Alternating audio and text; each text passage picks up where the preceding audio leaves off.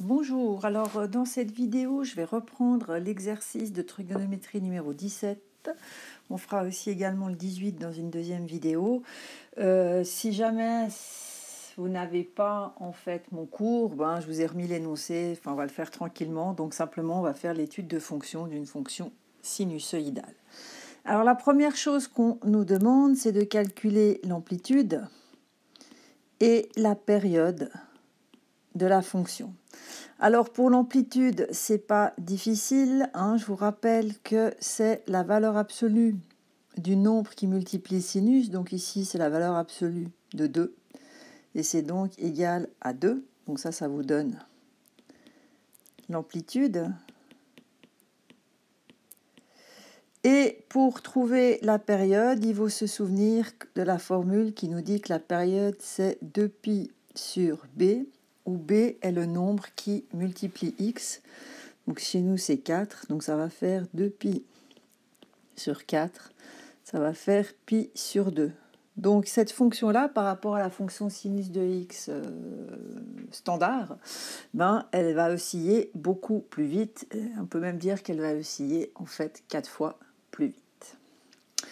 Deuxième chose qu'on nous demande, c'est de rechercher les zéros de la fonction et de déterminer ceux qui appartiennent à l'intervalle 0t, ça veut dire 0π sur 2 ouvert. Alors, pour trouver les zéros de la fonction, on sait qu'on doit poser cette équation, f de x égale 0. Il suffit ensuite de remplacer la fonction f de x par son expression algébrique. Et maintenant, on doit isoler le sinus, donc je vais diviser par 2 des deux côtés. Et 0 divisé par 2, ça fait 0. Donc, il faut que je trouve un angle dont le sinus est égal à 0. Là, vous pouvez le faire avec la machine à calculer.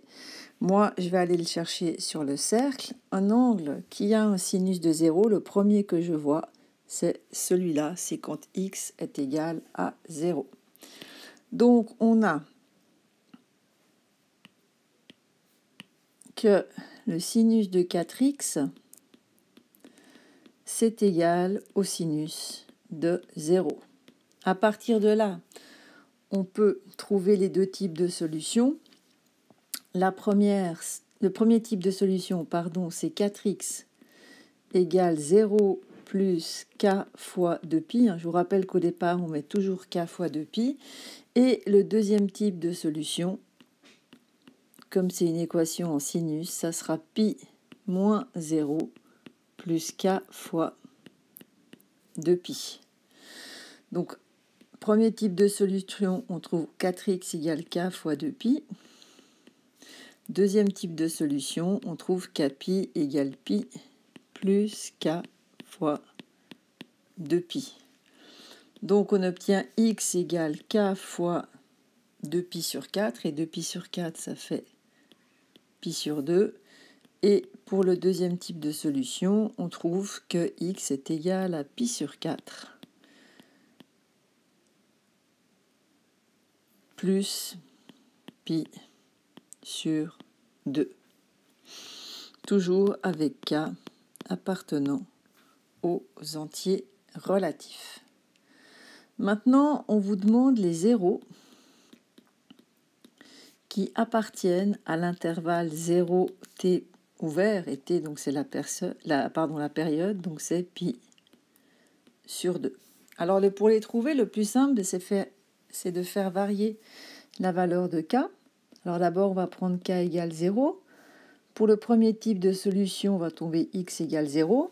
Et celui-ci, il appartient bien à l'intervalle considéré.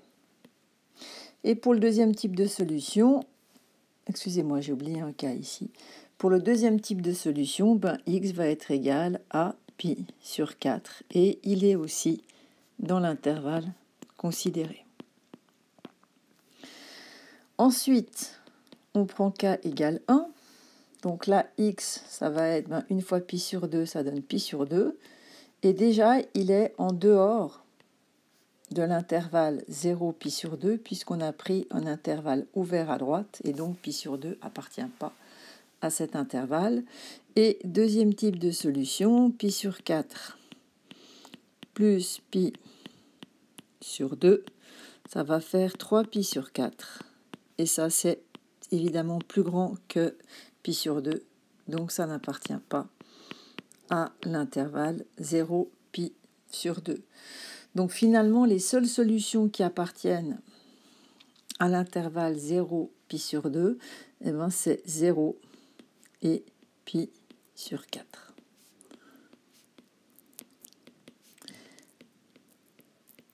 C'est pas vraiment étonnant puisque en fait, dans une période, on a exactement 2 zéros. Alors, si vous avez des difficultés pour savoir si un nombre appartient à un intervalle ou pas, quand c'est des fractions de pi, le plus simple, puisque vous avez une solution en pi sur 4, c'est d'écrire votre intervalle non pas 0 pi sur 2, mais vous le mettez en fait au dénominateur. Vous mettez 4 au dénominateur, ça fait 2 pi sur 4. Comme ça, vous avez beaucoup moins de risques de vous tromper. Troisième question dans cette étude de fonctions, c'est de trouver les maximums et les minimums de f. Alors, on a vu en classe qu'il y avait plusieurs façons de les trouver. Moi, je vais ici en utiliser qu'une et je vais me baser sur l'amplitude. Parce que ce qu'on sait, c'est que l'amplitude, c'est la valeur maximale de la fonction. Donc, c'est en fait le maximum de f.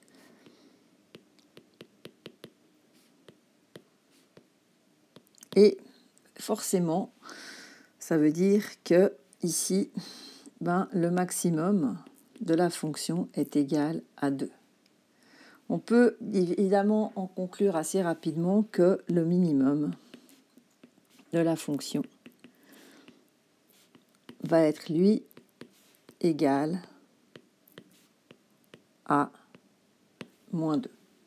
Donc là, vous avez la valeur maximale et la valeur minimale de la fonction, mais nous, on veut en fait les extrémums de la fonction, ça veut dire qu'on veut les points des coordonnées du plan, qui sont les extrémums de la fonction. Donc vous devez trouver en fait les préimages de 2 et les préimages de moins 2. Alors si on commence avec le maximum, il faut résoudre l'équation.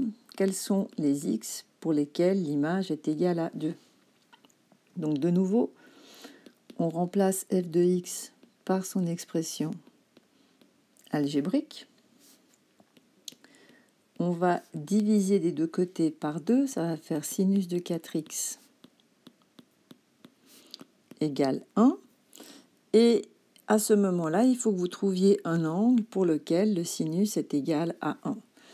Alors, si on trace le cercle, c'est pas difficile à trouver, c'est l'angle qui est ici. Et cet angle, il vaut pi sur 2.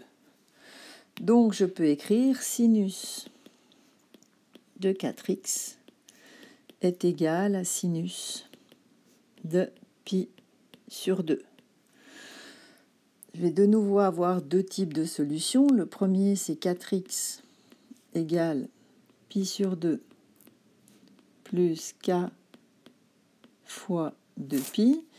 Et le deuxième type de solution, ça sera 4x égale pi moins pi sur 2 plus k fois 2pi. Or là, ce qu'on remarque, c'est que si vous faites pi moins pi sur 2, ça va donner pi sur 2. Donc en fait, vos deux types de solutions, finalement, il n'y en a qu'un.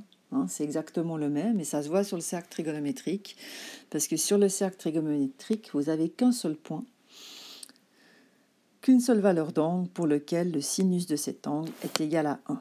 Donc, il nous reste à résoudre 4x égale pi sur 2 plus k fois 2pi.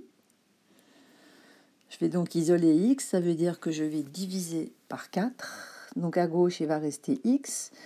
Pi sur 2 divisé par 4, il suffit de multiplier le 2 et le 4 ensemble, ça va faire pi sur 8.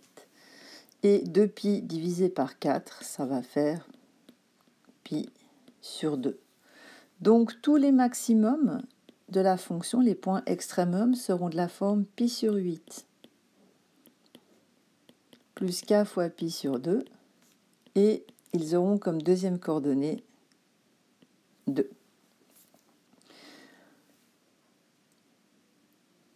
Pour trouver les minimums de la fonction, ben cette fois on va poser donc, on sait que le minimum est égal à moins 2, donc on va chercher les x dont l'image vaut moins 2. Dit autrement, on va chercher les pré-images de moins 2. De nouveau, on remplace f par son expression algébrique. On isole le sinus, donc on va diviser par 2 des deux côtés. Ça fait sinus de 4x égale moins 1. On cherche sur le cercle trigonométrique ou à l'aide de la calculatrice un angle dont le sinus vaut moins 1. Et cet angle, il est ici. Donc c'est un angle de 3π sur 2 si vous allez dans le sens trigonométrique. Et si vous partez dans l'autre sens, ça va être moins pi sur 2. Alors si je ne me trompe pas, la machine à calculer va vous donner ce résultat. Mais moi, personnellement, je vais travailler avec celui-ci. Donc je peux écrire, ça revient strictement au même, hein, ça change strictement rien. Donc ça fait sinus de 4x égale sinus de 3π sur 2. Et donc mon premier type de solution, ça va être 4x égale 3π sur 2 plus k fois 2π. Et mon deuxième type de solution, ça va être pi moins 3π sur 2 plus k fois 2π. Et de nouveau, si vous calculez cette valeur, ça vous fait moins pi sur 2. Et en fait, sur le cercle trigonométrique, vous êtes exactement au même endroit, que vous soyez en 3π sur 2 ou en moins pi sur 2. Donc de nouveau, on va garder qu'un type de solution. Et comme pour le maximum, c'est normal d'avoir qu'un type de solution, parce que sur une période, il n'y a qu'un point qui est le point minimum de la fonction. Donc maintenant, je vais isoler x. Donc je vais diviser par 4. Ça va faire 3π sur 8 plus k fois pi sur 2. Donc tous vos minimums seront de la forme 3π sur 8 plus k fois pi sur 2. Et la deuxième coordonnée, c'est moins 2. Alors une fois qu'on a trouvé tous ces extrémums, eh bien on vous demande ceux qui appartiennent à l'intervalle 0 de pi. Donc je vous l'ai déjà dit, il y aura qu'un maximum et qu'un minimum. Ici, comme j'ai fait moi, il suffit de poser k égale 0. Le seul maximum qui appartient à l'intervalle 0 de pi, il faut rechercher en fait les valeurs des maximums, ils sont ici, hein, c'est pi sur 8 plus k fois pi sur 2. Donc si k vaut 0, ben, ça fait pi sur 8.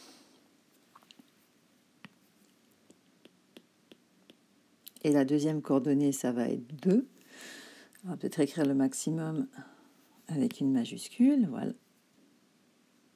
Voilà. Et pour le minimum, ben vous l'avez juste au-dessus. Hein, il est ici. Si on met k égale 0, ben on trouve 3π sur 8. Et ça sera le seul qui appartient à l'intervalle 0 pi sur 2. Donc une fois qu'on a les maximums de la fonction et les minimums, qu'on a les zéros de la fonction, qu'on a l'amplitude et qu'on a la période, on peut essayer de définir la fonction. Alors on va prendre un axe des x. Oups, là, pardon. Hop. On va le graduer. Donc là on va mettre le 0. On va dire qu'ici c'est pi sur 2. Ça va être pi.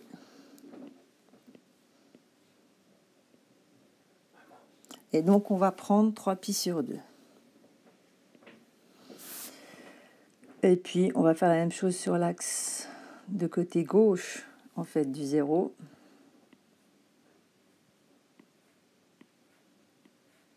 Voilà.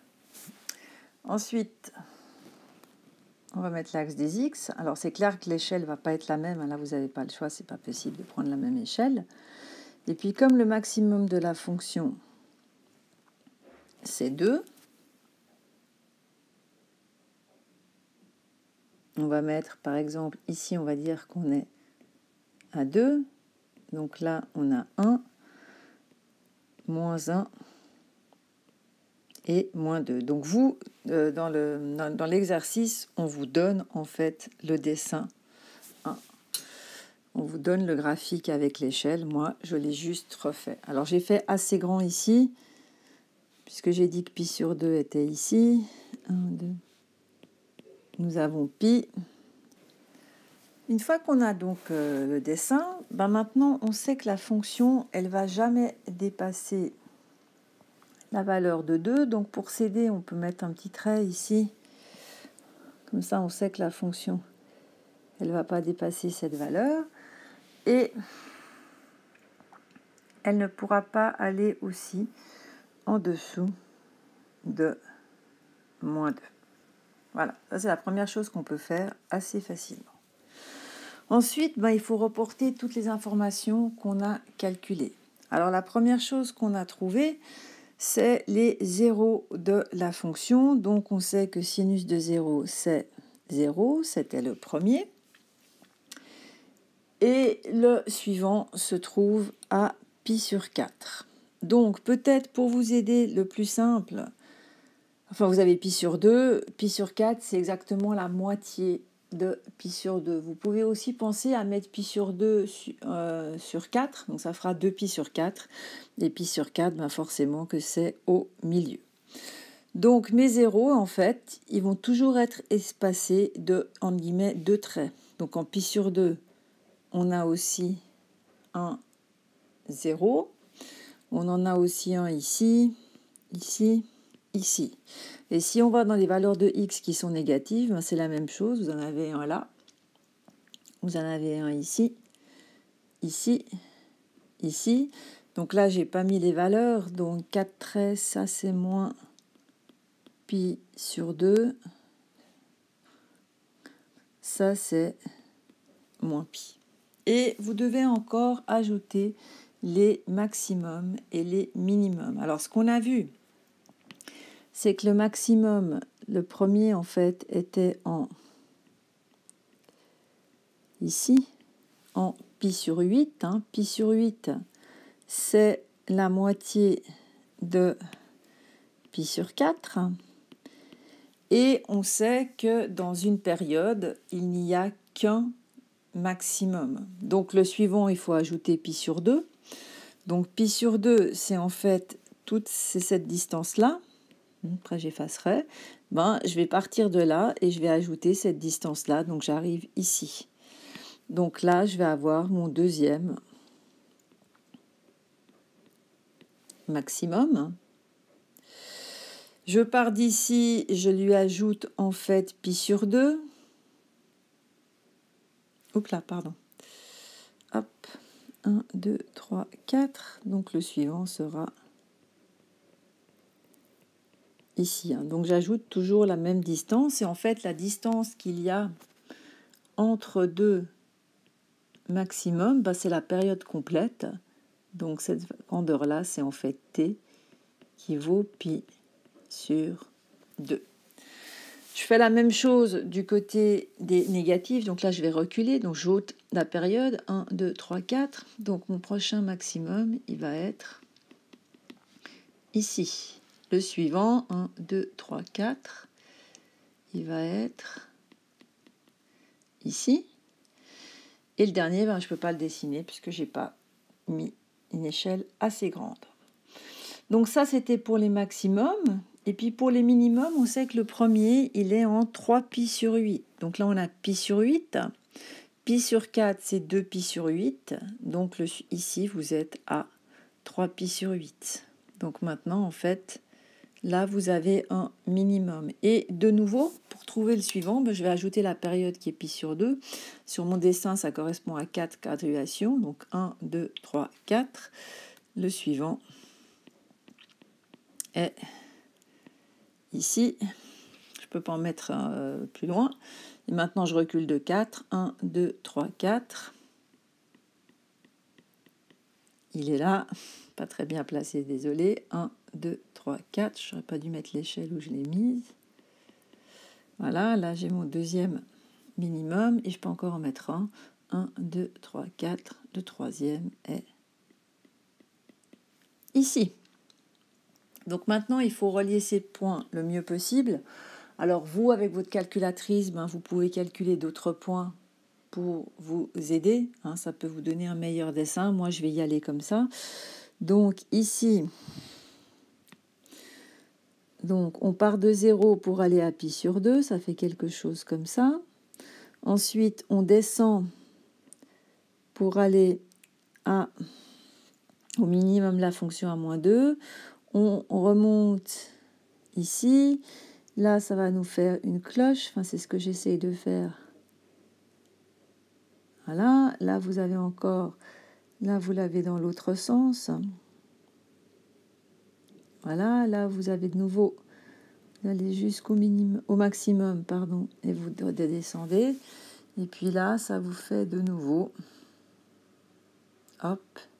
Et j'aurais pu mettre, en fait, encore un 0. Et puis la fonction, c'est clair qu'elle continue. Arrêtez-la pas brutalement. Puis là, on fait la même chose. Hop. Oups, là. On remonte. Vous voyez, dès qu'on va aller vite, en fait, ça marche plus. Donc, il faut quand même le faire doucement. Donc, c'est de là à peu près, mais l'idée, elle y est. Voilà ce que fait votre fonction. Donc, ça, c'est votre fonction f. Donc, ce qu'on remarque sur le dessin, c'est que ce soit les minimums ou les maximums, entre deux minimums, vous avez toujours votre période t. Ici, c'est pi sur 2. Et maintenant, entre chaque 0, vous n'avez plus la période entière, mais t sur 2, d'accord? Puisqu'il y en a 2, en fait, par période. Voilà. Et ici, on a donc réussi à dessiner la fonction. Dernière question du problème, le point 5. On vous demande de calculer la tangente à f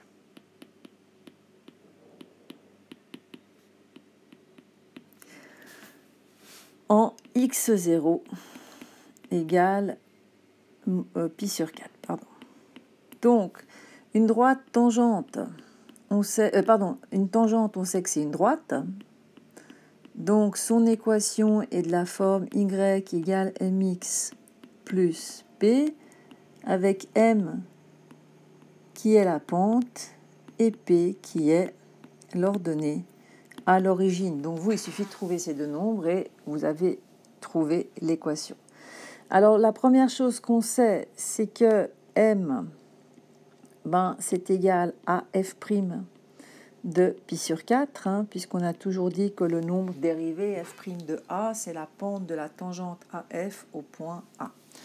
Donc, il faut juste calculer ce nombre. Donc, la première chose qu'il faut faire, c'est, si votre fonction, c'est 2 sinus de 4x, il faut calculer sa dérivée. Donc, le 2 va rester. Sinus de 4x, c'est une fonction composée. La dérivée de sinus, c'est cosinus. Et il faut encore multiplier par la dérivée de l'intérieur. La dérivée de l'intérieur, ça va être 4. Tout ça, ça vaut 4. On le met devant. 2 fois 4, ça fait 8. Et ça vous fait 8 cosinus de 4x. Donc, on va calculer f' de pi sur 4. Ça va faire 8 fois cosinus de 4 fois pi sur 4.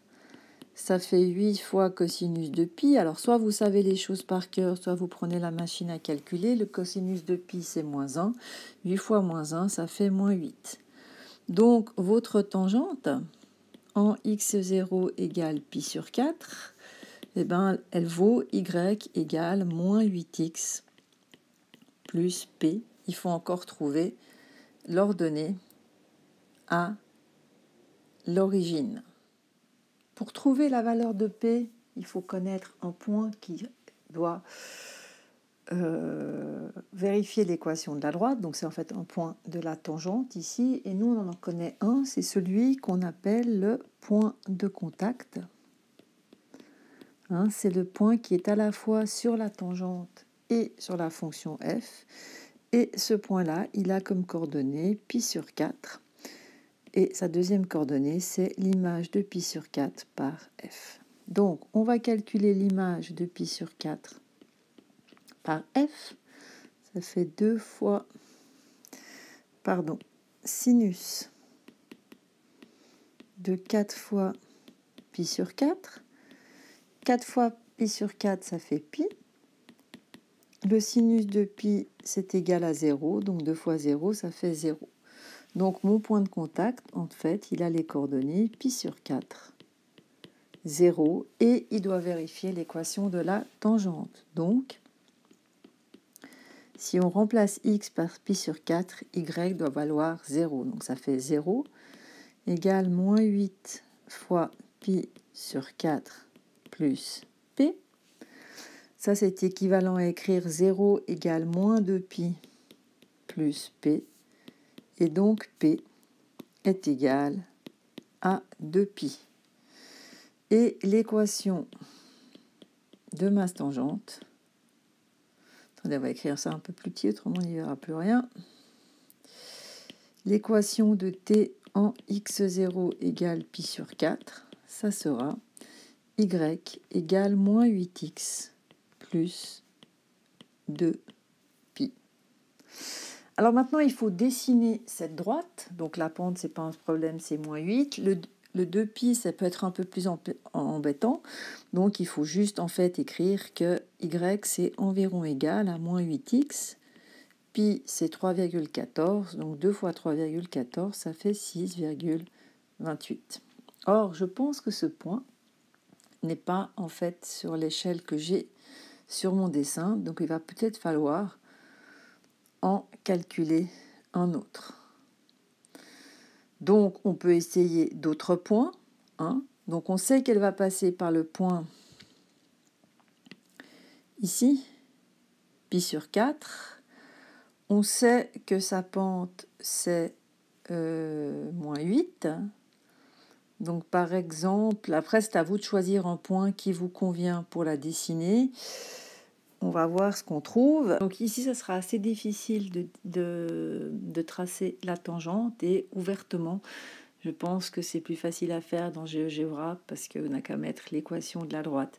Malheureusement, il faudrait prendre peut-être des points négatifs, mais là, je viens de la tracer sur GeoGebra, ça vous ne le voyez pas.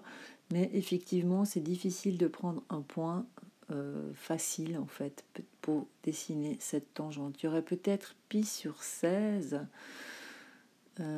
pi sur 2, pi sur 4, ouais peut-être pi sur 16, mais à voir. Donc vous avez votre machine à calculer avec la fonction table, donc il faut essayer quelques valeurs, autrement j'aurais dû prendre une échelle différente en fait sur l'axe des Y pour arriver à la dessiner.